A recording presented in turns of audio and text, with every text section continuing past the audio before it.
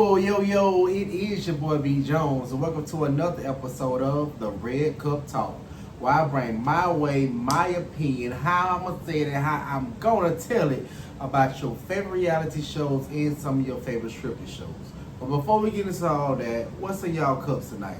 Not tonight, I don't have my red cup, but I do have my B Jones cup. It has plenty red on it to represent. I did not make it to the store to get my red cup, so this will work. Shout out again to Amber Schuler, the CEO of Naughty Blankets and more, for creating this cup for me. Love my cup. Drink it all the time, use it all the time. But we about to get into another episode of Love and Hip Hop Atlanta. So I'm gonna go in a little different kind of order because the game is in Canada still, but they did flashes to Atlanta too. But they only flashed in about Kendra and Jock. Kendra and Jock decided to go ahead and let's finish this, let's just hash this out. Let's not keep going back and forth about it. Let's not keep bringing it up. You know what I'm saying? Jock wants the family to work.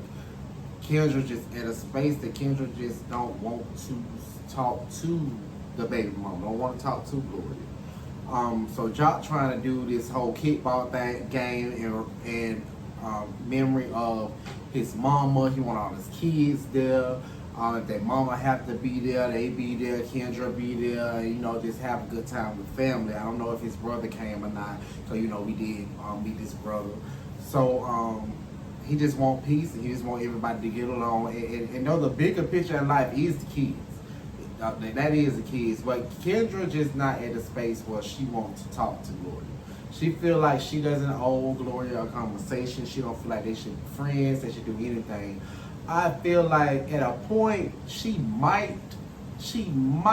just might let things go and try to make it work.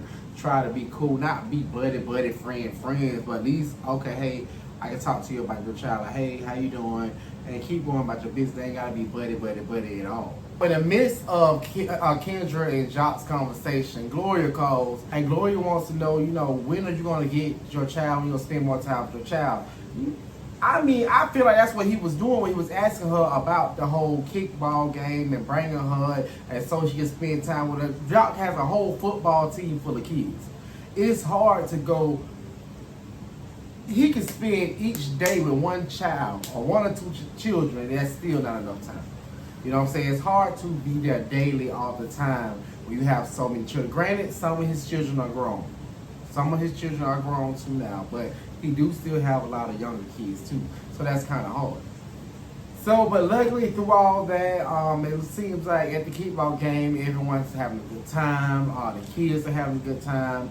Gloria did bring Gianna, but Gloria didn't go in. I think that really helped things out because I feel like it would have been like some drama because Gloria is going to want to talk to Kendra. And Jock just want his family to work, so Jock gonna want to try to get Gloria and Kendra to talk. Even though Kendra done told him a million times, I don't have to talk to her. We don't have to be friends. This is between you and her when it comes to the child. I'm on the side, I'm loving the child, I'm helping provide for the child, but that's the only thing I need to do. I don't have to have a conversation with Gloria. You don't know what kind of wounds that's going to open. You don't know what kind of trauma she had to get through that when she figured out that this baby was Jock baby. So just right now, she's just probably at the space. I think eventually she'll get to that space. She might. She might get to that space eventually, but right now is not the time. Right now, she just really can't be in that space with Gloria. So let's move on to my crew in Canada. They coming back from their activities or whatever. They in the sprinter. As they'll say, he has not talked to Santana. He hasn't heard from Santana, but he did call Santana when he drunk. You get that. You got that one sneaky link. When you drunk, you finna call them. You don't care what time of the day, what hour. And when you on that drink and you want to talk to somebody who's gonna just make you feel good, you're going to call that one person. So I guess that was his one person. Santana didn't answer. I didn't think Santana would answer. You know what I'm saying? Santana's a leaver. Once they just kind of done, they just kind of done sometimes.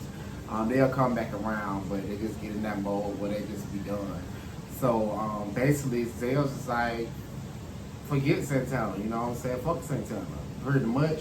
But how can he keep saying forget Santana, but you keep bringing Santana up? You keep bringing every scene is Santana, Santana, Santana, Santana. They were just like, you could give every time you mention Santana, you need to give $1. Every time you mention Santana. Then he's like, every time I don't mention Santana, y'all gotta pay $100, but you mention him in every scene. I don't know why you keep mentioning him in every scene. I mean, if you're mad, you're mad. You need to party, be married, go talk to a chick, talk to a dude, do what you gotta do to try to just not think about it. In the midst of that, because they telling Zell like Santana just probably someone that just always been there for you, always care for you, that you don't have to worry about him. You know what I'm saying? Because he's gonna always be there. And so when they're saying that, Carly on the other end crying. I don't know what she crying for, but if she just go out and say, you know, I'm crying because I've never had nobody to be there for me and stick by me through and through. So I'm trying to think, is she talking about a relationship? She talking about family, or she talking about friends? I mean, because you got a child. I'm sure you got siblings. You got people who probably there for you, or friends that's off the show that's been there for you. I don't know your life. I don't know you personally, but I'm just saying, how can you base one friend, which we know she talking about Spice, because we cannot dead this situation for nothing in the world. But you know she talking about Spice. So you doing this all because of one friend? Friends come and go. You know, I done lost friends before. They come and go. But the ones I have now, they forever. I don't see us. I don't see my friends now, my close friends now, that I claim as a friend, that says my friend I'm associated with for years. I don't see us switching up. We might get a little mad or something like one of us said or whatever like that, but we'll get over it eventually. You just might feel a type of way that you just tell them like, hey, I felt the type of way because you said made me feel like this and you said that. That really be it. We kind of too grown to be going back and forth with our friends. You know what I'm saying? We got to be too grown to be falling out. I feel like if I have to constantly fall out with you as my friend, what the we friends for? There's no reason for us to be friends because I'm not at this big old age. I'm not going to keep falling out with my friend because right now my friends are just like family. I'm not doing all that. Crew went on to this ceremony. I don't know if it was like a Canadian ceremony. I'm not sure what it was, but this guy that was like over the ceremony, he started praying for Carly, and Carly breaks down. So is Carly going through something that we don't know about that's deeper than what this show is showing? You know what I'm saying? Because she's breaking down a lot. Everything is like triggering her. I don't know if she in therapy, she needs therapy, but everything is triggering her till she's breaking down. She's going. I'm trying to put this right. She like breaking down for petty stuff. I'll just say that. Like she just letting any little ounce of something trigger her. And so something gotta be deeper than that. And she gotta work on that problem. She can't reflect it or deflect it. She can't deflect it on nobody else. She has to work on that problem herself. And not Yandy and Mendeecees having problems. I don't like that for them. I really like them as a couple. I said in a couple episodes before on the Red Cup Talk that I'm very interested in their storyline. With the whole surrogacy and all that, I just was interested in their storyline. Yandy says that Mendeecees they're not seeing eye to eye because of how she moving. Basically, how she moving is she's married. So when you in a relationship or a committed relationship, you should consult things with your partner. But especially when you married, you should consult things with your partner. Off top, any big decisions. So and you know she want to run for Senate. You know what I'm saying? She wants to do all these different things, do the surrogacy, and she's not including Mendeecees' feelings in it. She's not including him at all. So she tells Rashida that Mendeecees talking about moving out. Like just moving out, taking a break, and just want to just move over for a minute, just take a little time. Rashida say Kurt did the same thing, but that's not what he want. That's not really what he want to do. So Rashida wants to know, how can you be here for all these things and do all these things and be here for these people, but you can't be here for your husband? Which that's a valid question. Why can't you be there and your husband definitely telling you his feelings? He's telling you how he feel about these situations. He's telling you how he feeling left out. He's saying all this, and I don't know if it's going in one ear and not the other, but you're not listening. Yandy really not listening at all, because he's been saying this since the whole surrogacy conversation came up. So Yandy also says that Mandisa feel like she's too independent for him. And I can get that, because I think before he went to jail, we all knew Yandy was Jim Jones' manager. She was very independent. You know, Cameron, she was very independent at that point. She had him by her side still, but she was real independent when we first met her on Love and Hip Hop New York. Once he went to prison, that independency went up. She had no one she couldn't rely on her husband. She had to solely rely on herself.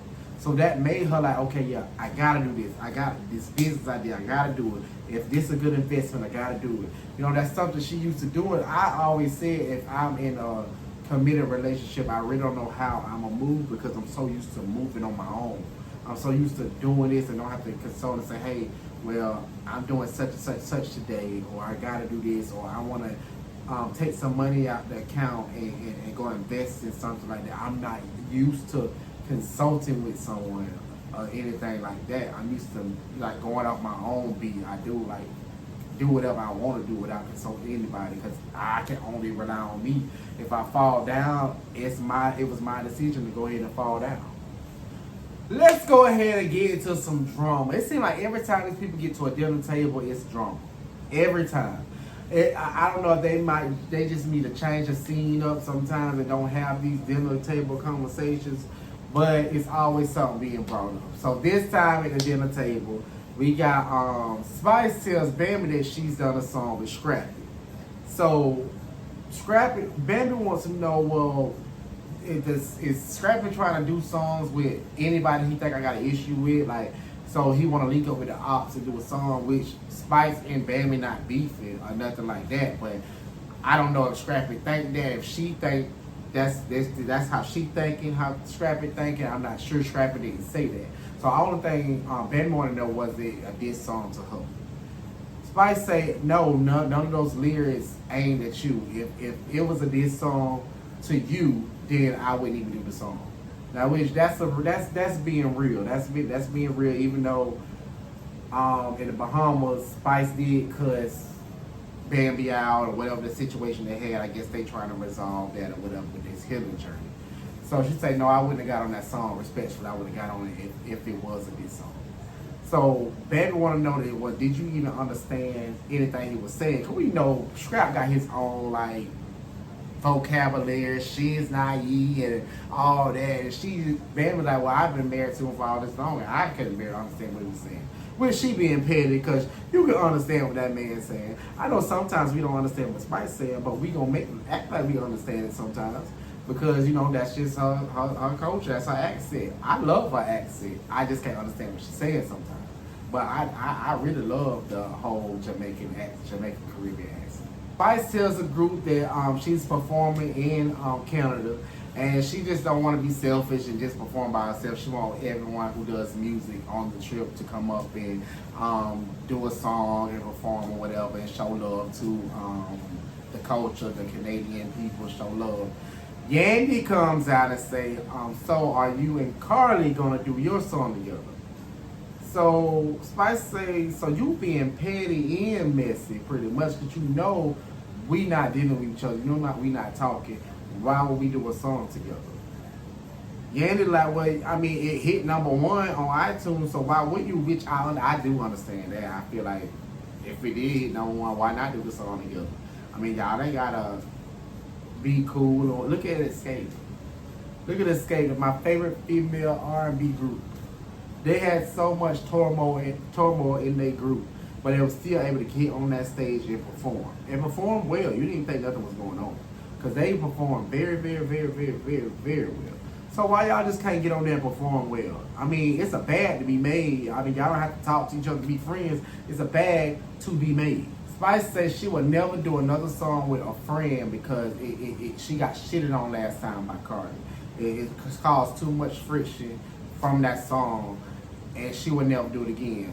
So Cardi was like, well, I didn't shit on her. How did I shit on her?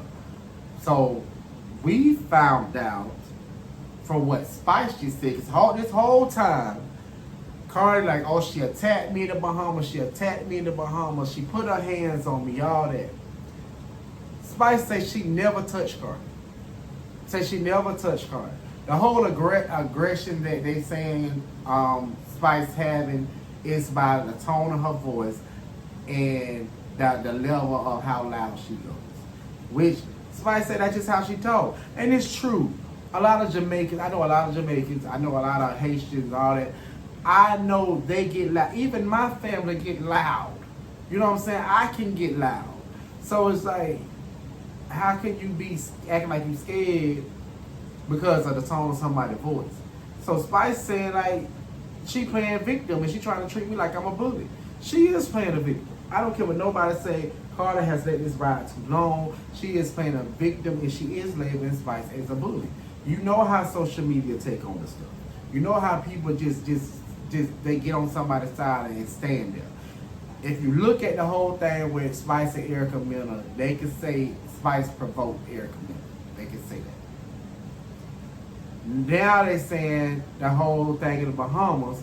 She kept on saying that Spice attacked her, but Spice really didn't attack her. That could be bully behavior, because everybody thought that Spice actually attacked. And now you doing it. Well, the last time y'all met up, you was calm and Spice was still kind of aggressive. So all these times, so even at this dinner table too, so all these times, it can be off as Spice bullying you and you playing the victim. So I really think both of y'all carrying the title pretty well. I don't think it's too much bullying. I think Spice just getting her point across. I just wish we could stop this conversation though. I just wish we could stop trying to make these people talk and be friends. If they just castmates, just say that. Just say you castmates. Just say you just here to get a bag together. But don't do this whole friend thing, be friends and all that. No, please don't do that. Please let it go. Please let it go. I'm so tired of hearing about Spice and Cardi. Let it go. We are drawn out. We are tired. We are really, really, really, really tired. I mean, really, really, really tired. Because Spice even blew up then. Because she's like, she's tired of her labeling her as a bully. So we just tired of that. This episode, I tell you the best part of this episode was Kendra and John. I ain't gonna lie. And the part we heard about Mendici and Yan, because that was new, that was fresh. We didn't even know that was going on. That he was moving out. So that part, because I'm interested to see what happened next with that. But everything else is just, it's redundant. It's getting redundant. We got Zell talking about Santana.